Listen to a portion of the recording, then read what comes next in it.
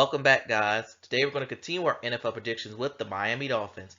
And the Miami Dolphins were kind of surprising for me this year.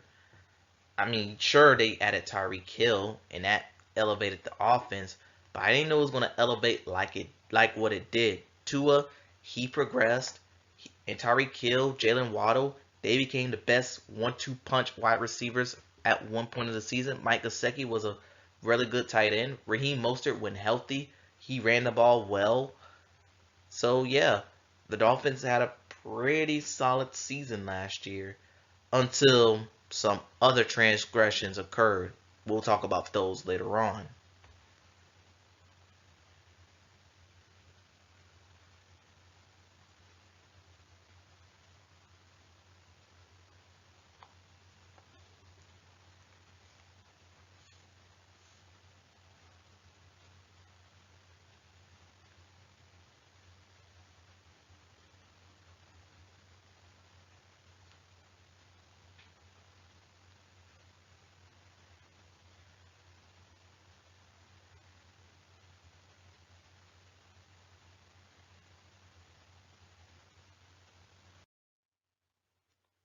And looking at their schedule, they started off 3-0, getting a win over New England, a big road win where they had to come from behind against Baltimore. Tua threw 6 touchdowns in that game, by the way, and a big divisional win at home against the Bills. But then they lost 3 straight to the Bengals, Jets, and Vikings. And they got back to their winning ways though against the Steelers, Lions, Bears, Browns. They beat the bye week. I'll give them a win there. And Texans. Then they lost to the 49ers where Mike McDonald used to call home. Then they lost to the Chargers on Sunday night. Lost to the Bills on Saturday night. Lost to Green Bay on Christmas Day. And then they lost to the Patriots before they got a playoff clinching win over the Jets. But sadly they did not have enough to beat the Bills. Although they gave them a good fight. I'll say that.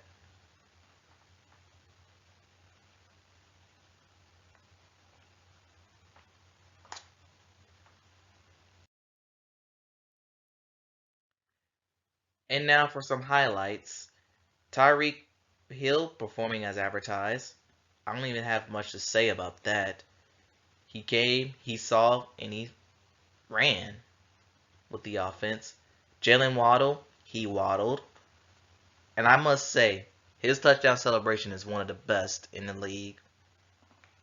Whoever told him to come up with the waddle needs all the money in the world.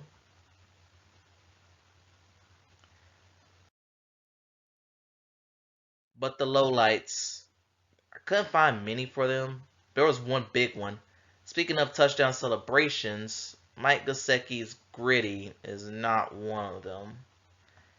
Cause I call that, but hey, he kept doing it, and now we call his gritty the Gesicki dance. But the biggest lowlight of them all was Tua's concussion moves. He was concussed in, I believe, in 3 different occasions this year. Once against the Bills, week 3, against a scary concussion against the Bengals, and then he got a concussion again against the Green Bay Packers. And in 2 of those games, Dolphins kept him on the field. And whoever made that decision need to be fired into the sun. I think they were fired into the sun. But hopefully this doesn't impact Tua long term, because this was a really good season for him. Because whenever he was on the field, the team usually wins. Whenever he wasn't on the field, the team usually loses.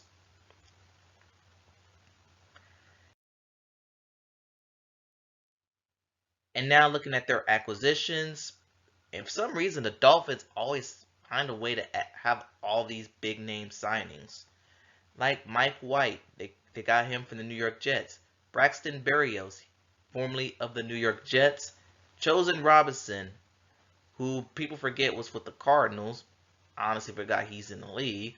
Tyler Croft, Jalen Ramsey, they acquired him from the Rams. Linebacker David Long and Deshaun Elliott, a safety formerly of the Ravens, are now on the team. And as for their losses, Byron Jones, he's quote unquote retired after he made a statement saying he could no longer jump or run the same. Mike Gesicki, he's now with the New England Patriots, and Eric Rowe, if I recall, is now with the Carolina Panthers. And I basically not don't even have to talk about their draft. They only had 4 picks, and one of their picks was stripped away due to the Stephen Ross scandal. But I will say this: Cam Smith, a corner, he was a guy that I once had in the first round, possible steal. Devin Anachi, a speedster from Texas A&M. Elijah Higgins, a wide receiver from Stanford, and Ryan Hayes, a tackle from Michigan. So they didn't have much, but I think they found some value in their draft picks. But for the Dolphins, can they repeat their success last year? Or will the dark cloud of Miami's past will loom large? Let's take a look. Okay, Miami Dolphins, let's take a look at your schedule. And by this point, I already made predictions for your teams. Week 1 against the Chargers, I have you losing on the road to them. Again, this was one of those games that could go either way, but I'm just going to lean toward the Chargers, quote unquote, home fan base to win. Followed by week 2 against the New England Patriots. Normally, I would pick the Dolphins to win, but I don't know. This one, I had to go with New England to go at home because I don't see them going 2. But their first win of the season will come against the Denver Broncos week 3. But week 4 against the Bills, it's in Buffalo, so luckily the Bills don't have to deal with the sweltering heat of Miami like they did last year. I got them losing on the road to the Bills, and I got them losing at home to the New York Giants. But week 6, I have them bouncing back against the Carolina Panthers. Week 7, I have them losing to the Eagles.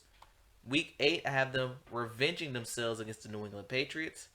In week 9, I have them losing to the Chiefs in Germany, which will segue into their bye week. Only 3 wins at their bye week. Not good. But I think after their bye week, they'll turn things up. Starting off with the Raiders, I think they get a win here. They're coming off a bye and they're at home. Then followed by the Jets. I have them losing to the Jets on the first ever Black Friday game ever played. Week 13 at the Commanders. I have them winning on the road, beating Washington week 13, and followed by a week 14 win against the Titans and a revenge week 15 game against the Jets. But week 16 against the Cowboys, I have them losing at home to the Dallas Cowboys. And then week 17 against the Dolphins, I have the Ravens getting their revenge, week 2 revenge. It probably won't be as high scoring as it was last year.